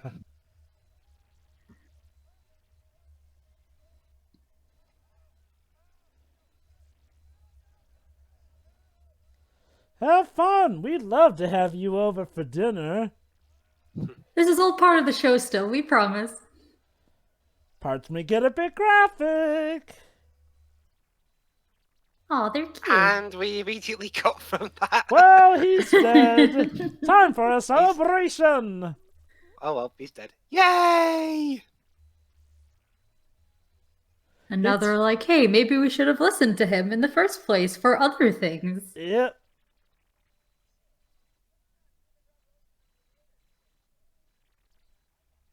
How Excuse me. I guess the queen hooked up. That's actually that's right. Not his joke. That type of joke was very common. No, I know. Okay. But I that's kind of missed this. Hold on. But she's the queen, though. Wouldn't that technically make her your mother, seeing as how you know Queen answer? Okay, this is one bit of meta we will not question. Yeah, I'm not gonna. I don't want to go any further. Unless they were already a couple and she just said Shade Boy is a joke.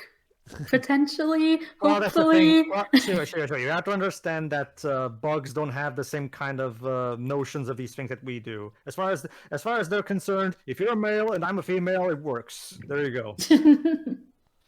Yeah. Like, Yeah, it they're doesn't- not human at the end of the day, so it's No, like... that's like Anston really, like Joe would say, Anston didn't really have the brain capacity to understand, that they're siblings, but whatever, they're still male and female. Might as well breed while we're at it. So, That does tend to be the law of the jungle. the whole concept of you shouldn't breed if Oh, you're look siblings, at that that, doesn't exist with guys. animals. Look at that, So- guys. It's a rock. Because they thought it was an ant thing.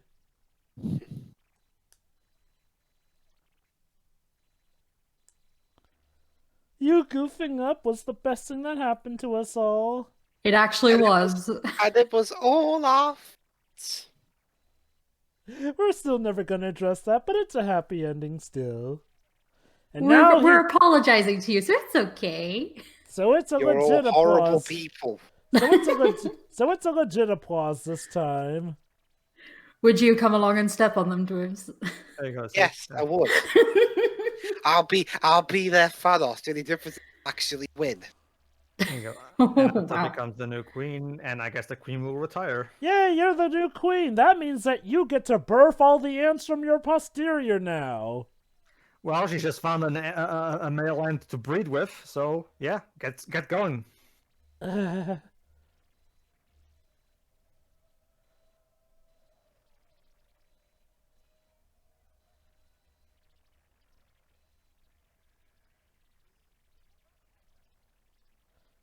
Don't worry, Heimlich is Busy.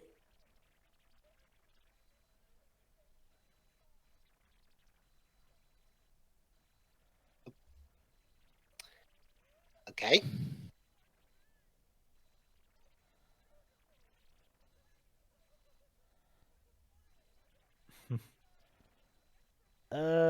Yeah.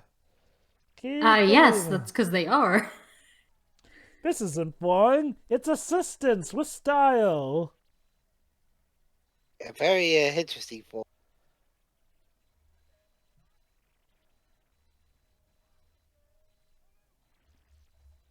So there you go. The thing is now actually used as a way to create fireworks. There you go. How That's you what, yeah, that's create what they're using with the fireworks? spare stalks they took the green from.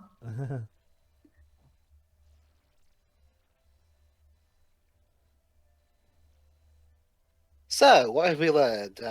Lying is bad, except for when there's a huge group of people doing it. Grasshoppers are evil. And Um, you can truly make a difference no matter how small you are. So lie reveal plots still suck even in good movies. But at least now we're gonna get some bloopers. So stick around, everybody. Hey, And I don't think Randy. it's These are very my- long before we get to them either. Hey, These are Randy Newman. these are my favorite parts of Pixar movies. It's a shame they don't do these much anymore. Yeah.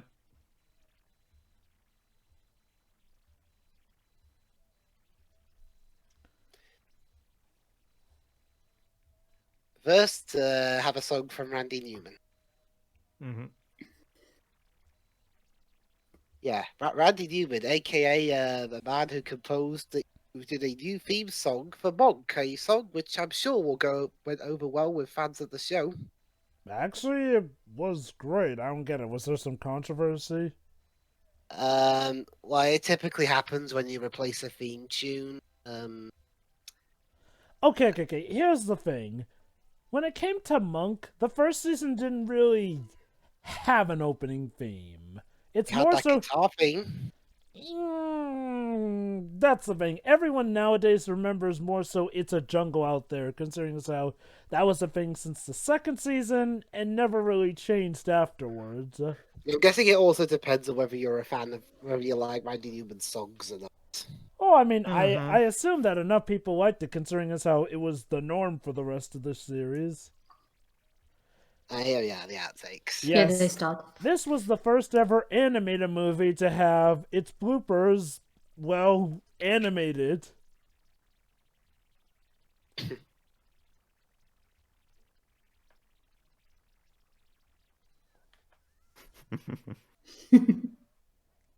I like this here. Oh, Roddy McDowell, he was in Planet of the Apes. This is apparently his last film. They're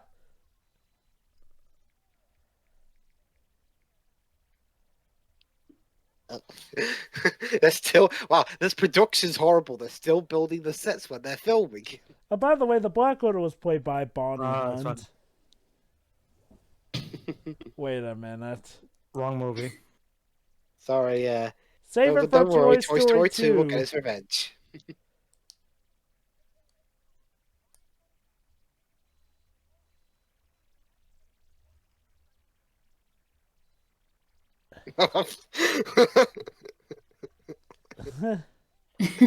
Did you ruin the take? Yeah. The boom mic. I just noticed the director of Jonah Hex was in the credits just then. Neat. Well,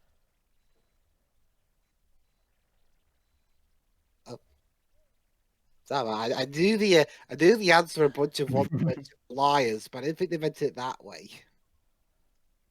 Oh wow, that's some implications.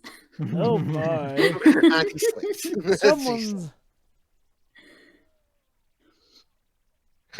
And stuff actually did go, and they think it's a joke. That reminds me, Joe, if we ever do Toy Story 2, you have to be sure to tell me, because so I can get you the 2010 Blu-ray release instead of whatever they have now. Because remember, one of the bloopers was cut from Toy Story 2 for the modern cut. Ugh.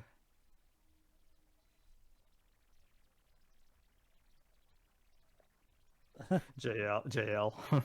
Cute. Ow. Don't hit the camera. Come on. And I think that's it. Wasn't the actors in this movie and hitting the camera? Wait, hold on. I think there's more outtakes coming up, because I remember one with Woody in it. No. You're thinking of No, I seriously remember there being an outtake in this movie that features Woody in it. I don't think so. Let me see. Yeah, look ahead. Actually, I think on the Disney Plus section there are more outtakes. Oh, okay, yeah. Wait.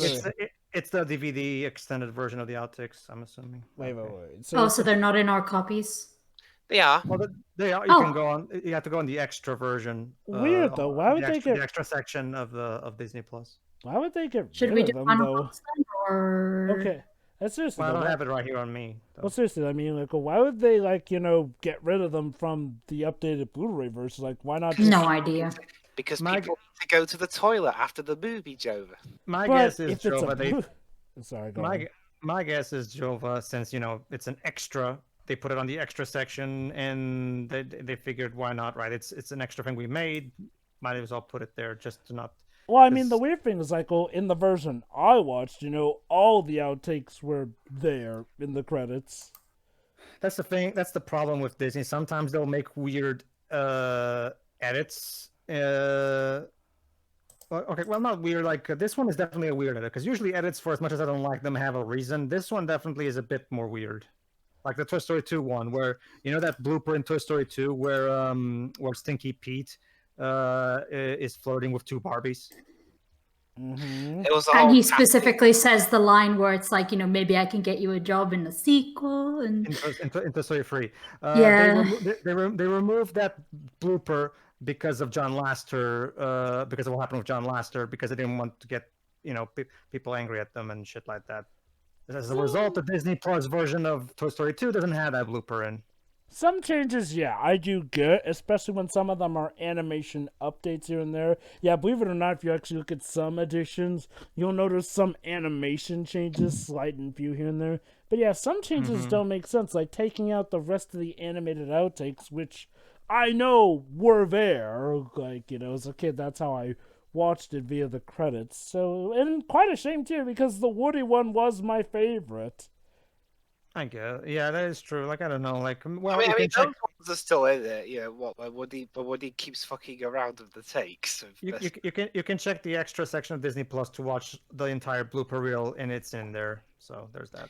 So that was A Bug's Life. Who wants to go first? I'll go first. Yeah, it's a good movie. It still holds up to this day. There are some things I've noticed that are a bit iffy. Not really a fan of how the lie reveal stuff is conducted. It's a shame that it never gets addressed that, the ants were the ones who instigated this by sending Flick on his way in the first place.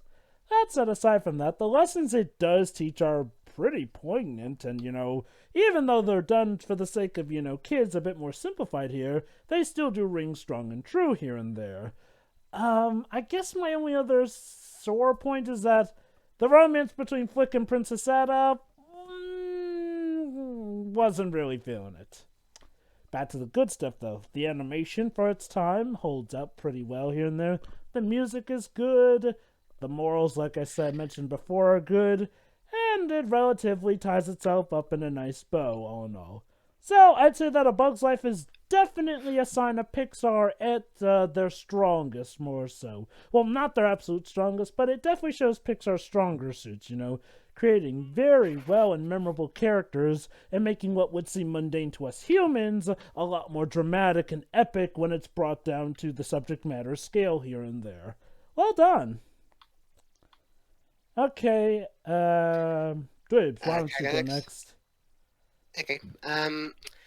What Joba said basically, yeah. I mean, overall, it's a very fun and entertaining film. I don't think it's better than Toy Story, but I do think as a standalone movie, it's very good. It's definitely got one of my favorite Randy Newman scores, and then the plot itself, while it does fall into the trap of doing the lie reveal stuff, and even then kind of bungling that. I mean, the entire Ant Kingdom are basically a bunch of sad pricks who take all their anger out on Flick, even though part of the mess they get into later on in the movie is their own fault.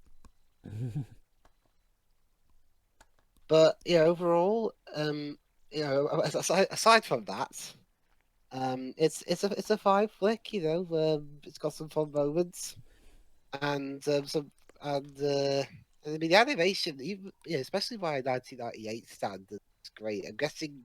My guess is partly because Pixar knew that they weren't quite ready to do humans full time yet, so they focused on creatures that would look fine with the technology available to them at the time. Mm-hmm. Be another 6 years before they got to humans, but that's for a good reason, at least. And overall, it's not my favorite Pixar movie, but I still enjoy it a lot. I actually really like this movie. Even all the very relevant happenings in the plot aside, it's just a very charming, fun movie. Also, despite everyone being an ass. So, but yeah, it's just fun, even despite that. That's all I can say about it. I just really like this movie. Pedro? All right. No. It's the same thing. Like, I really like the movie streams. I really like the characters. The sense of humor is really good. Like, I kind of miss the more. I kind of miss the sense of the more. How should I put this? Like the more harsh jokes here and there that sometimes you'll have, like the one where like some of the like one of my favorite jokes, of course, is the whole oh, just because I'm a ladybug, you automatically assume I'm a girl and stuff like that. They're like jokes that are a bit more clearly geared towards the adult audience. So and not to mention, I really like for example the joke about the fly that kills itself by going to the light and stuff like that. I really miss that more cynical, harsh humor here and there. Not that we need to have it all the time, but it's nice to have mix it in here and there. Which is kind of something that was more akin to the early Pixar movies rather than the later ones. But oh well. So yeah, definitely really enjoy it. The animation is really good. The music is really good. So yeah, it's not Pixar's best movie, not really close, but it's still really good for what it is. So yeah, that's about it, really. All right then. So that was A Bug's Life. We enjoyed it. Hope you audience enjoyed it too, and join us for whatever our next Pixar venture will be. See ya. See ya. See ya.